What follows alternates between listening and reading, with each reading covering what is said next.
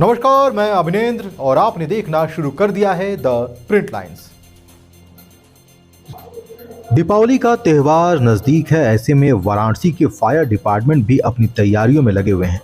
किसी भी प्रकार की कोई घटना ना घटे तथा जल्द से जल्द अगर आग लग जाए तो उस पर काबू पाने के लिए फायर ब्रिगेड अपने आधुनिक मशीनरी तथा फायर ब्रिगेड टैंक के साथ पूरी तरह से तैयार रहे, ऐसी भी तैयारियां कर ली गई हैं। वाराणसी में दिवाली को लेकर किस तरह की तैयारियां चल रही हैं, आइए देखते हैं संवाददाता विमलेंद्र राय की ये खास रिपोर्ट। दीपावली का त्यौहार है, ऐसे में फायर ब्रिगेड को, फायर डिपार्टमेंट को पूरी तैयारी अभी से करना चालू कर दिया है। इस समय मैं वाराणसी के सीएफओ के साथ खड़ा हूं, आनंद सिंह राजपूत जी के साथ। और आनंद सिंह राजपूत जी के बारे में कहा जाता है कि ये किसी भी कार्यक्रम को, किसी भी कार्यों को बाकायदा स्केच करते हैं, तैयारी करते हैं तथा कार्यक्रम से पहले ही सारी शेड्यूलिंग को कर देते हैं। आज हम उनसे बात करेंगे कि बनारस में कितने जगहों पे पटाखे की दुकान लग रही हैं, फायर की क्या व्यवस्थाएं हैं, कितनी सुरक्षा का इंतजामात है तथा किस तरह से अगर मान लीजिए कोई घटना घटती है तो वो कितना त्वरित, कितने जल्द से जल्द घटना स्थल पे पहुंच के राहत में लग जाएंगे। जी बहुत बहुत स्वागत है आपका। देखिए, वाराणसी जनपद में हमारे पास कुल 4 फायर स्टेशन हैं जो गवर्नमेंट से स्वीकृत हैं, एक और हम चला रहे हैं। तो इस प्रकार से अगर देखा जाए तो हमारे पास टोटल 5 फायर स्टेशन हैं। हमारे पास जो बड़ी गाड़ियां हैं, बड़ी गाड़ियों की संख्या 20 है और उसके अलावा हमारे पास फायर बाइक्स हैं, पोर्टेबल पंप्स हैं जिनको हम अग्निशमन कार्य के लिए यूज़ करते हैं।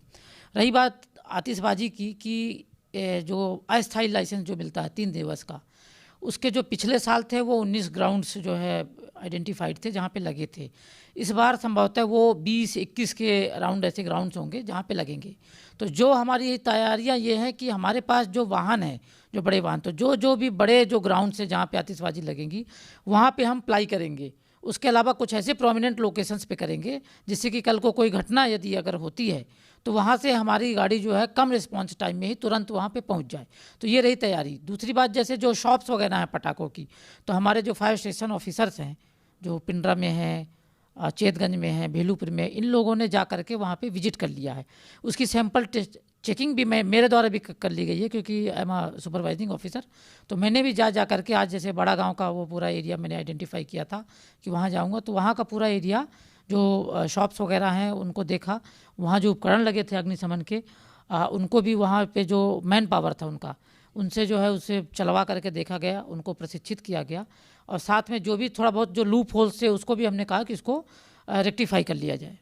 चूँकि वाराणसी कमिश्नरेट एक बहुत बड़ा विकसित क्षेत्र है, बहुत बड़ा विस्तृत क्षेत्र है, तो क्या सेक्टर वाइज भी बांट करके कुछ व्यवस्थाएं कायम रखेंगे? क्योंकि त्वरित मान लीजिए जैसे आशापुर में कोई घटना घट गया तो आपको यहाँ से रन करने में समय लग जाएगा, इस पर भी कुछ प्लानिंग है?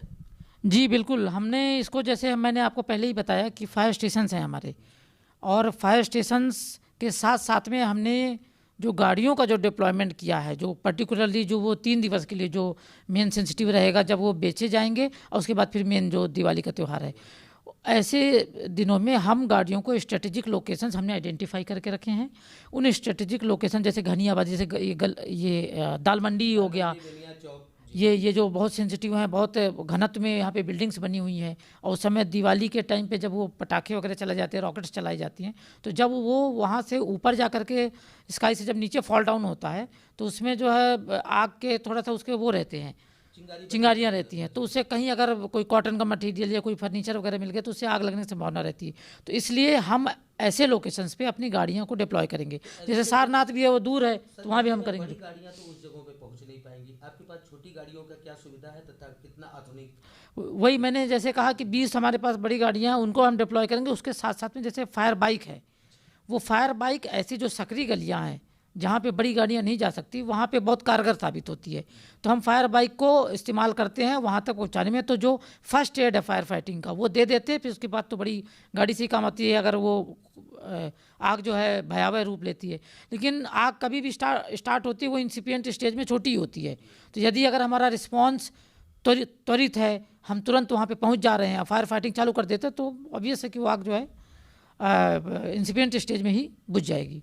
सर मान लीजिए अगर कहीं आग लगती है बनारस शहर में, गांव में या गलियों में, कितनी तरह की आपके पास सुविधा है जिससे कि आसानी से आग पे काबू पा लिया जाए? मेरे कहने का मतलब जैसे कुछ पंप बोले जाते हैं, बाइक बोले जाते हैं, फोम्स बोले जाते हैं, बड़ी गाड़ियां बोली जाती हैं, कितने प्रकार की सुविधाओं से आप लोग आसानी से पहुंचते हैं? देखिए, जो मेन बात होती है कि कहीं पे अगर आग लगती है तो वहाँ पे मीन्स ऑफ एक्सेस क्या है। सबसे पहले फायर सर्विस यही देखती है कि हम पहुँच कैसे पाएंगे। तो यदि अगर कोई जैसे जो कॉलर होता है, कॉलर के द्वारा सूचना दी जाती है कि सर इधर साइड में थोड़ा सकरा रास्ता है, छोटी गाड़ी भी भेजी जाए, तो उस समय हम ये आइडेंटिफाई करते हैं कि बड़ी गाड़ी तो जाती है, क्योंकि अगर इन केस बड़ी आग हुई तो फिर हम 200 मीटर 300 मीटर होज लेंथ को ले डाउन करते हैं और उसके बाद फायर फाइटिंग करते हैं। लेकिन उसके साथ में पैरेलली हम फायर बाइक भेजते हैं। फायर बाइक तो ये है कि जैसे 2 आदमी अगर एक किसी गली से जा सकते हो तो फायर बाइक आसानी से चली जाएगी, तो वो हम भेजते हैं।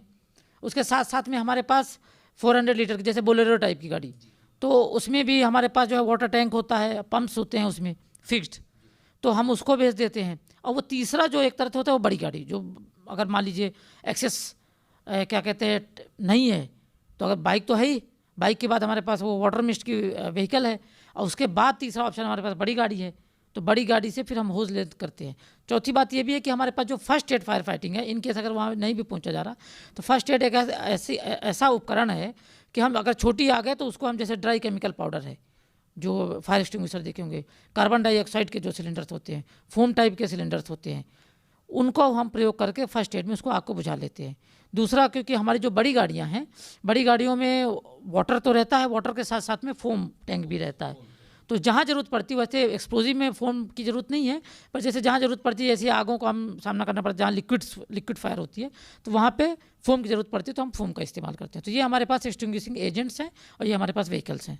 क्या क्या सावधानियां करें? क्या कुछ अपील करना चाहेंगे दुकानदारों से, पटाखा वालों से, कि क्या सावधानी बरतें जिससे खुद से बचें, पास पड़ोस वालों को बचाएं? दुकानदारों से मेरा अनुरोध यही है कि सबसे पहला तो जो वायरिंग है, वो वायरिंग को कोशिश ये करें कि वायरिंग उस पर्टिकुलर शॉप में ना रहे। सबसे बेस्ट यही है।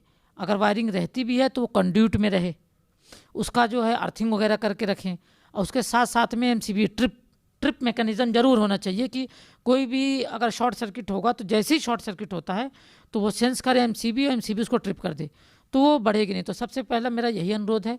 दूसरा, फायर फाइटिंग के जो उपकरण हैं वो अपने पूरा पर्याप्त रखें। पानी का क्या कहते हैं एक टैंक रखें, नहीं है तो पोर्टेबल जैसे बाल्टियाँ वगैरह वो रखें, बालू की व्यवस्था कर लें, फायर एक्सटिंग्विशर्स रख लें। और दुकानों में मैंने अक्सर ये देखा है कि जैसे अगरबत्ती वगैरह लगाते हैं लोग, तो उसको कोशिश ये करें कि उसको अवॉइड करें, क्योंकि एक चिंगारी या पटाखा इतना सेंसिटिव होता है कि यदि अगर उसको लग गया तो पूरा उसमें वो आग पकड़ लेगा। तो मेरा अनुरोध ये दुकानदारों से ये है कि इन जो सुरक्षा व्यवस्था है उनका जो है पालन करें, और कॉटन वगैरह जो या कपड़े का या क्लॉथ का जो मटेरियल वगैरह है, फ्लेमेबल मटेरियल, वो वहाँ पे भंडारण ना करें। ओनली बस पटाखा रहे वहाँ पे, उसके अलावा नहीं। जनता से मेरा ये अनुरोध है कि चूँकि जैसे आज के उसमें बच्चे भी हैं, बच्चे भी पटाखा चलाते हैं, तो बच्चे को कभी इंडिविजुअली पटाखा ना चलाने दें, एक गार्जियन जरूर रहे।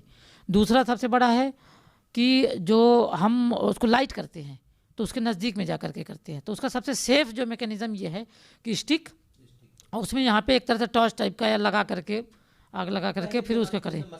जी जी जी, एग्जैक्टली। तो वो अगर प्रोसीजर करेंगे तो ज़्यादा सेफ होगा। तीसरा, जो दिए हैं या पटाखे ही हैं, हमेशा खुले जगह पे जलाएं, खुले जगह पे उसको फोड़ा जाए।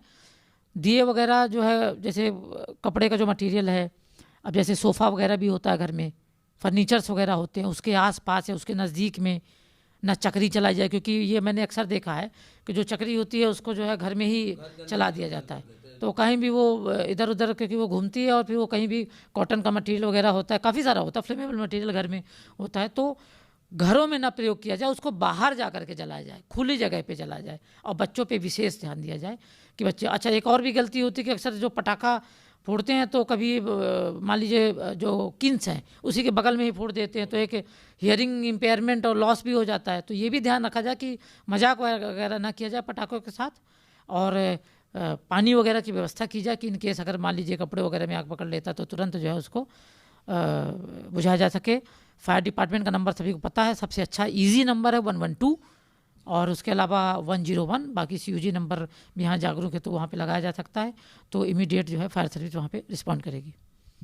तो ये थे वाराणसी में सीएफओ आनंद सिंह राजपूत जी, और इनका कहना था कि वाराणसी के फायर विभाग पूरी तरह से तैयार है, हर तरह से आपके साथ है। किसी भी प्रकार की अप्रिय घटना होने के लिए हम अपने पूरे नए साज सज्जा के साथ, अपने वाहनों के साथ, वाटर टैंक के साथ, बाइक टैंक के साथ, फोम टैंक्स के साथ तथा पंप कैनाल के साथ हमारी पूरी तैयारी है। किसी भी प्रकार की अप्रिय घटना पर तत्काल हम लोग काबू पा लेंगे। साथ ही पटाखा बेचने वाले से तथा परिवारजनों से उन्होंने सुरक्षा को लेकर के भी एक निवेदन किया है, एक आदेश दिया है कि आप लोग निम्न प्रकार की सुरक्षा व्यवस्थाओं का अगर अपने पास सुचारू रूप से इस्तेमाल करते हैं तो किसी भी अप्रिय घटना से बचा जा सकता है।